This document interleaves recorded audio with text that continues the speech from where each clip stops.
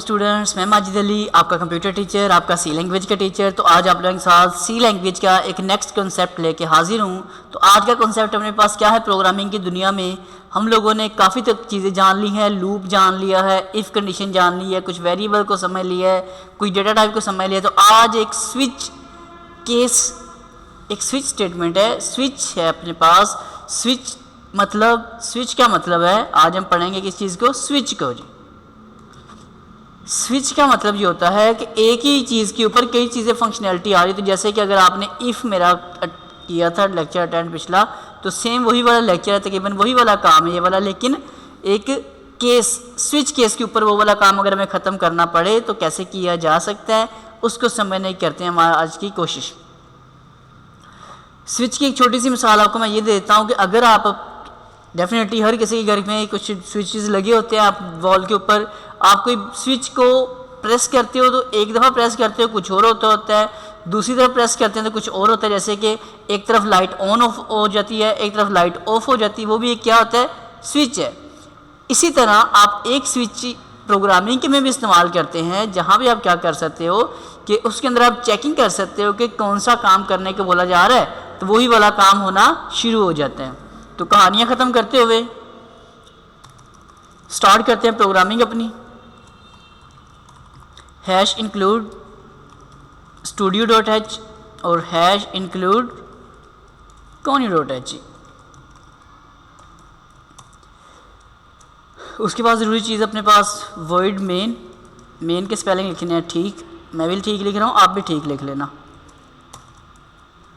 अब करना क्या जी? हमारा टारगेट है, हमें चाहिए एक वेरिएबल इंटीजर a, कुछ भी नाम रख सकते हो वेरिएबल का।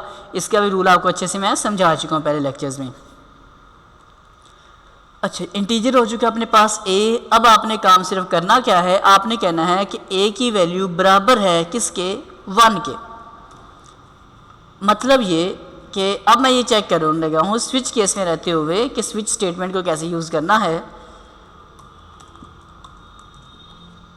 और इसके बाद वेरिएबल डिफाइन करने के बाद हम CLR SCR क्लियर स्क्रीन भी कर लेते हैं, ताकि उसके बार बार टेंशन हमें ना बने।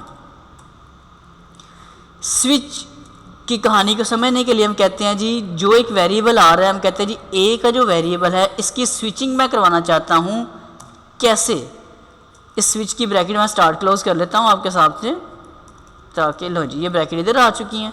अब स्विच की ब्रैकेट्स में मैं काम कर लेता हूँ। मैं कहता हूँ जी केस कैसे होता है? हम कहते हैं यार इन केस अगर ऐसा होता तो ये होता, इन केस, तो ये भी वही वाला केस है कि केस अगर केस में कैसा हो जाता, हम कहते हैं अगर केस में 1 लिखा आ जाए स्विच में रहते हुए और इसे आपने कोलन साइन लगाना है, सेमी कोलन यहाँ पे नहीं लगाना।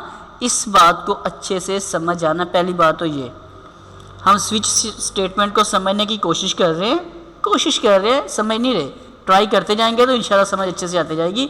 हम कह रहे हैं कि स्विचिंग करवानी है आपने, स्विच ए को स्विच करवाओ और देखो कि केस अगर तो ए के वेरिएबल की वैल्यू 1 है तो आप क्या करो, प्रिंट में डिस्प्ले कर दो। क्या लिखा हुआ? मेरे जालिम स्टूडेंट्स। साले स्टूडेंट्स क्यों लिखा?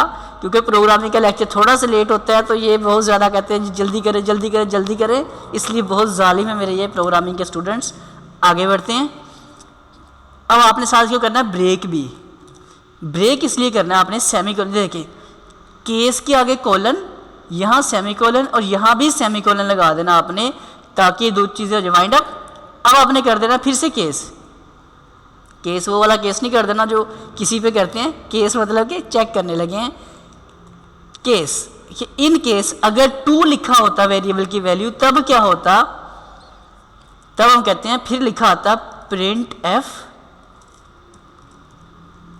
मेरे सबसे अच्छे स्टूडेंट्स। लें जी, आप लोगों को पहले मैंने आप लोगों को गुस्सा दिलाया, फिर नीचे आपको मसाला लगा लिया, ताकि आप लोग मुझसे नाराज़ ना हुआ करें। मेरी बहुत कोशिश होती है कि मैं लेक्चर बहुत से बहुत जल्द रिकॉर्ड करता जाऊँ, कुछ मामलात हैं मेरी ज़िंदगी में ऐसे जिस वजह से मैं प्रोग्रामिंग के लेक्चर नहीं जल्दी दे पाता, लेकिन अब मैंने कुछ ऐसा अरेंजमेंट कर रहा हूँ कि इंशाल्लाह आपको लेक्चर से लेक्चर कर दूंगा। आप लोग खुद तंग हो जाएंगे, सर क्या सर हर थोड़ी देर बाद लेक्चर भेज देते हैं, हमारे पास इतना टाइम नहीं देखने का। अब मेरी वजह से नहीं, आप लोगों की वजह से इंशाल्लाह लेक्चर लेट होंगे, आप लोग लेट सीख पाओगे, मैं उससे फास्ट काम करूँगा।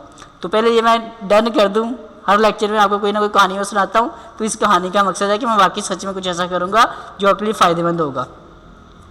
अच्छा, प्रिंट के बाद हम कह देते हैं इसको भी ब्रेक करें और ब्रेक के लिए सेमीकोलन। अब डेफिनेटली अगर ये दोनों काम नहीं होते तो फिर क्या होगा,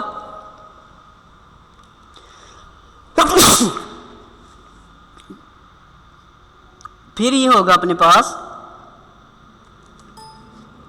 फिर होना ये है, अब इसे हम कर देते हैं फिर से डिफ़ॉल्ट। एक चीज़ का नाम होता है डिफ़ॉल्ट कोलन। जैसे आपने इफ सीखा था, अगर ये सेल इसके बराबर है, एल्स इफ इसके बराबर है, एल्स इफ आया था ना उसमें, इसमें जस्ट केस करते ना, केस 1 है तो मेरे जालिम स्टूडेंट्स, केस 2 है तो मेरे सबसे अच्छे स्टूडेंट्स, और अगर डिफ़ॉल्ट में आ जाता है तो डिफ़ॉल्ट में कह देना आपने वही वाली चीज़ कि अगर इन दोनों में से कुछ नहीं है, अगर तो ज़्यादा केसेस हैं तो आप ज़्यादा कुछ बना लें, अगर ज़्यादा नहीं है तो मैं यहाँ पे कर लेता हूँ अपने पास क्या चीज़, मैं लिख देता हूँ यहाँ पे print F I love my students. अब यहाँ पे क्या सिचुएशन आ रही है मेरे पास कि मैंने उसे बोला, अब देखो लास्ट में मैं पहले ब्रेक नहीं लगा रहा और रन कर देता हूँ इसको। ब्रेक का मतलब होता है कि अच्छा, स्विच के चलने का तरीकाकार भी अच्छे से पहले समझ लेते हैं, फिर इसके बाद रन करके दिखाता हूँ इसका तरीकाकार होता क्या है। जब आप केस 1 को रन करोगे, अगर आपका ये लॉजिक ट्रू हो जाता है, ये चल जाता है, अगर आपने ब्रेक नहीं लगाया, वो समझो उसने नीचे तक पूरी कोडिंग को रीड करना ही करना है, फिर आपको डिस्प्ले करना जाएगा। और ब्रेक का मतलब होता है कि जितनी जब आपको आपका लॉजिक ट्रू हो चुका है, जब आपको आपका लॉजिक मिल चुका है, आपने अगली कोडिंग को नहीं रीड करना, सिर्फ और सिर्फ जितना बोला है उतने तक काम करना, डन। अब इतना काम तो किया, क्योंकि आखिरी कोडिंग का ब्रेक आप नहीं भी लगाते, क्योंकि बाकी में तो ब्रेक लगाया हमने कि इधर से ब्रेक हो, इधर से, और रही आखिरी कोडिंग गई है उसको मैंने कुछ भी नहीं किया। और इस स्विच की ब्रैकेट के बाद जो ये ब्रैकेट थी अपने पास वॉइड मेन वाली, इसमें मैं कहता हूँ गेट ch कि गेट कैरेक्टर का फंक्शन लगा देता हूँ ताकि कुछ कोडिंग मुझे वहाँ पे लिखी नज़र भी आती जाए। तो देखते हैं ऐसा कुछ पॉसिबिलिटी हुई भी है कि नहीं हुई, कि ऐसे ही हम करी जा रहे। तब से कंट्रोल F9 किया मैंने, लिखा क्या आ रहा है मैसेज आपके सामने, मेरे जालिम स्टूडेंट्स। क्यों एस्केप करता हूँ, हमने बोला कि अगर केस 1 होगा तो ये दिखना है, तो वेरिएबल की वैल्यू क्या आ रही, ए की 1। अगर इसको मैं मिटा के कर देता हूँ 2, अब कंट्रोल F9 से रन करके शो करता हूँ, लिखा आ रहा है मेरे सबसे अच्छे स्टूडेंट्स।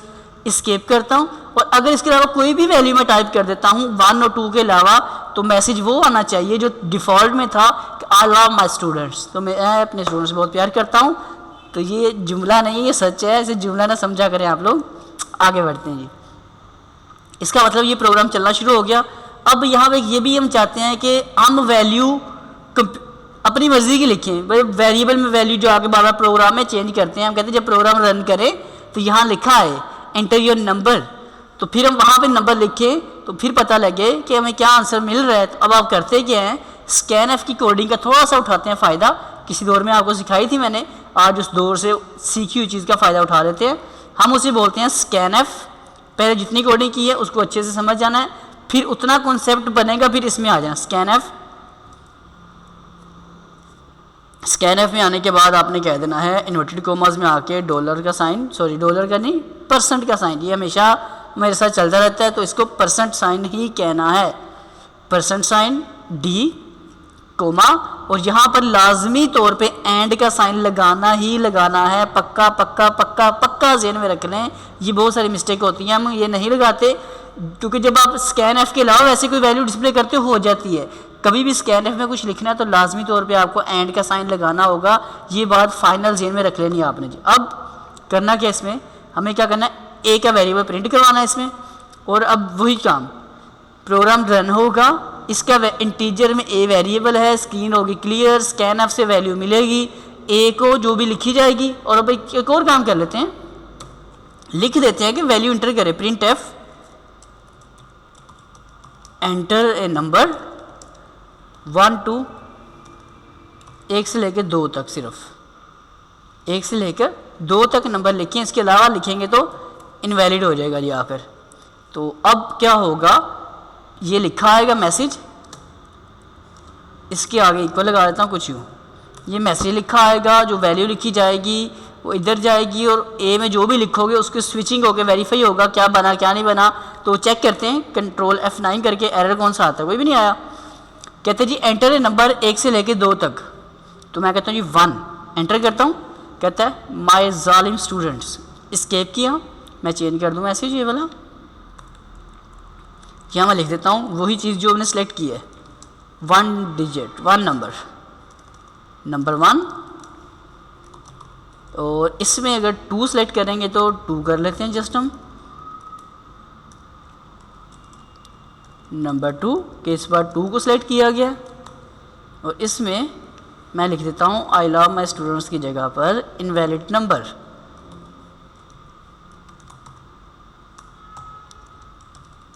ये नंबर जो एंटर किया गया है वो इनवैलिड है इस बार। इसे अब रन करके देखते हैं। कहते हैं जी एंटर नंबर 1 से लेके 2 तक, मैं कहता हूँ 1, कहता है जी ओके नंबर 1 टाइप किया गया है, एस्केप करके फिर से F9 किया, अब मैं कहता हूँ जी नंबर 2, अब देखते हैं, कहता है नंबर 2 टाइप किया गया है, और अब मैं कंट्रोल F9 करके कुछ और नंबर टाइप करता हूँ 6, तो कहते हैं जी इनवैलिड नंबर। इसका मतलब ये हुआ कि स्विच केस हमारे पास प्रोग्राम्स बनाने के लिए बहुत वैल्यूएबल हो सकती है। मैं आपको इसी के ज़रिए, मतलब जो हमने चीज़ बात की है अभी तो स्विच के ज़रिए, इस स्विच के ज़रिए एक प्रोग्राम बना के ऐसा दिखाऊंगा जिसमें 3 ऑप्शन दी जाएंगी, फिर ऑप्शंस के अंदर ऑप्शन जानने पड़ेगा, जिसमें आपका लूप आज कवर हो जाएगा, इफ़ कवर हो जाएगा, स्विच कवर हो जाएगा, वेरिएबल बनाना, जितना कुछ आप लोग पढ़ चुके हैं उसका थोड़ा सा लेंथी एक प्रोग्राम बनाना आपको मैं सिखाना चाहता हूँ, ताकि हम जो चीज़ सीख रहे हैं हमें थोड़ा सा प्रोफेशनली उसको इम्प्लीमेंट करना आए, ताकि हमें कुछ काम में आसानी हो सके जी। उम्मीद करता हूँ ये वाली बातें आपके साथ जो मैंने अभी तक शेयर की हैं आपको समझ आ चुकी होंगी। प्रोग्राम सारा मैंने आपको अच्छे से डिस्प्ले कर दिया है, कोई लंबा प्रोग्राम नहीं है, बिल्कुल छोटा सा प्रोग्राम है, लेकिन समझाते में थोड़ा सा टाइम लग जाता है, ताकि समझ आने में, जब चीज़ समझ आ जाती है ना तो आप ज़्यादा से 5 मिनट के अंदर इजीली डन कर पाओगे। तो मुझे समझाने में थोड़ा सा टाइम लगता है, इसलिए मैं उसकी एक एक पॉइंट टू पॉइंट बात करना चाहता हूँ हमेशा, और आपको अच्छी चीज़ समझाने की कोशिश में लगा रहता हूँ जी। तो स्टूडेंट्स अगर आपको ये लेक्चर अच्छा लगा होगा तो इसे प्लीज़ लाइक शेयर कमेंट ज़रूर कीजिएगा, और मेरे जो प्रोग्रामिंग में इंटरेस्ट रखने वाले स्टूडेंट्स हैं तो मैं बहुत कोशिश करूंगा कि आप लोगों की प्रोग्रामिंग के, वेब के, ऑटोकैड जो लेक्चर मेरे काफ़ी देर से स्टॉप हैं उनको सभी चीज़ों को बहुत आगे तक आपके सामने लेके चलूं, और ये इंशाल्लाह अब ऐसा होने वाला है, लाजमी होगा। बहुत ज़्यादा लेक्चर्स आपको मिला करेंगे और बहुत ज़्यादा ही लेक्चर्स मिला करेंगे इस तरह से आपको। तो प्लीज़ मेरे इस लेक्चर को लाइक शेयर कमेंट ज़रूर कीजिएगा, और मेरा चैनल टेक्नोलॉजीज़ वर्ल्ड, और मेरा चैनल जो राइट साइड लेफ्ट साइड दोनों तरफ से आपको आइकन मिलते हैं लेक्चर के लास्ट पे, इस पर भी जब देखिएगा तो उसके आइकन पे क्लिक करके मेरे दोनों चैनल फन्स और टेक्नोलॉजीज़ वर्ल्ड को सब्सक्राइब कर लेना है, और साथ बने बेल आइकन पे क्लिक करना है, ताकि कुछ नया अपलोड करूँ लेक्चर तो फ़ौरन आपको मिल जाए। तो सी का कुछ एडवांस लेक्चर लेके आपकी खिदमत में दोबारा हाजिर होता हूँ, तब तक के लिए दें मुझे इजाज़त। आप सब लोगों को मेरी तरफ से जी अल्लाह हाफिज़, बाय बाय।